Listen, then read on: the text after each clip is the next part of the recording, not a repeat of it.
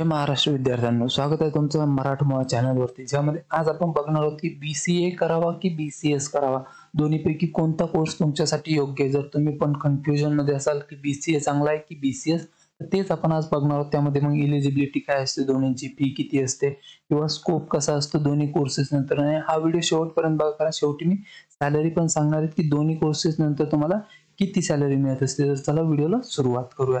तर बघा, BCA म्हणजे बॅचलर ऑफ कम्प्युटर ऍप्लिकेशन हा एक 3 वर्षांचा कोर्स असतो. याच्यामध्ये तुम्हाला प्रोग्रामिंग लँग्वेजेस असेल, ऑपरेटिंग सिस्टम, डाटा स्ट्रक्चर यांचं सगळं लँग्वेज तुम्हाला इथे दिलं जातं. C++ असेल, जावा, नेटवर्किंग, डाटा स्ट्रक्चर, स्टॅटिस्टिक असतं, त्यानंतर अल्गोरिदम डिझाईन असेल, या सगळ्या गोष्टी तुम्हाला इथे शिकवल्या जातात BCA मध्ये.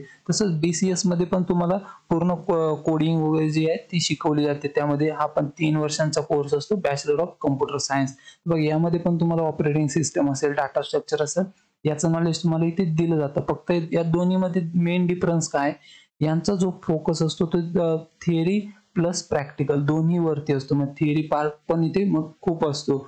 पण जेव्हा BCS आपण बघतो, तर तेव्हा याच्यामध्ये जास्ती तर फोकस प्रॅक्टिकल वरती असतो. तुम्हाला इथे प्रॅक्टिकल जास्ती करायला मिळतं, म्हणजे प्रॅक्टिकल नॉलेज तुम्हाला इथे BCA मध्ये जास्ती मिळत असतं. हा मेन डिफरन्स आहे दोन्हीमध्ये. त्यानंतर एलिजिबिलिटी बघितली तर बघा, BCA साठी तुम्ही 12वी पास असणं गरजेचं असतं. आर्ट्स असो, सायन्स असो, कॉमर्स असो, तुम्हाला BCA ला ऍडमिशन मिळतं. पण BCS साठी तसं नाहीये. BCS साठी तुम्हाला 12वी सायन्स पास असणं गरजेचं असतं. म्हणजे 12वी सायन्स पास असाल तरच तुम्ही BCA करू शकता. BCA साठी तसं काही नाही. आर्ट्स मधून जरी असाल तुम्ही तरी करू शकता. त्यानंतर बघा, फी जर बघितली तर फी डिपेंड करते तुम्ही कोणत्या कॉलेजमधून करताय, त्याच्यानुसार कमी जास्ती होत असते. पण ऍव्हरेज जर फी बघितली तर BCA ची असते 20,000 पासून ते 1.5 लाखांपर्यंत तुम्हाला पर इयरला द्यावी लागू शकते. त्यानंतर जे BCS आहे तिथे तुम्हाला 35,000 पासून ते 1.5 लाखांपर्यंत द्यावी लागू शकते पर इयरच्या हिशोबाने. आणि दोन्ही ठिकाणी तुम्हाला तुमच्या कॅटेगरीनुसार स्कॉलरशिप वगैरे पण मिळून जाते. त्यानंतर स्कोप जर बघितलं, जसं मी सांगितलं, दोन्ही नंतर तुम्ही IT सेक्टरमध्ये जाऊ शकता.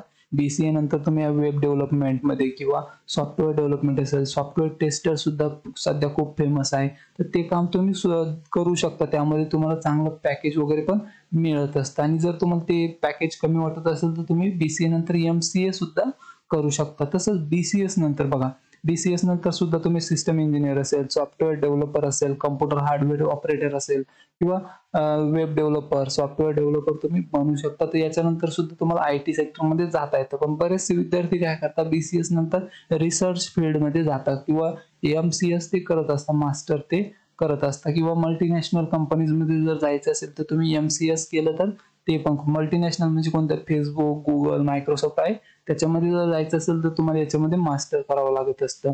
त्यानंतर बघा, सॅलरी जर बघितली तर सॅलरी डिपेंड करते तुमचं नॉलेज आणि स्किल कसं आहे. पण एक ऍव्हरेज जर सॅलरी बघितली तर BCA साठी असते 2.5 लाखांपासून ते 8.5 लाखांपर्यंत तुम्हाला पॅकेज मिळत असतं पर इयर साठी, लॅक पर एनम. त्यानंतर जे BCS आहे त्याच्यासाठी तुम्हाला जवळपास 3.5 लाखांपासून 10 लाखांचं पॅकेज मिळत असतं पर इयर साठी.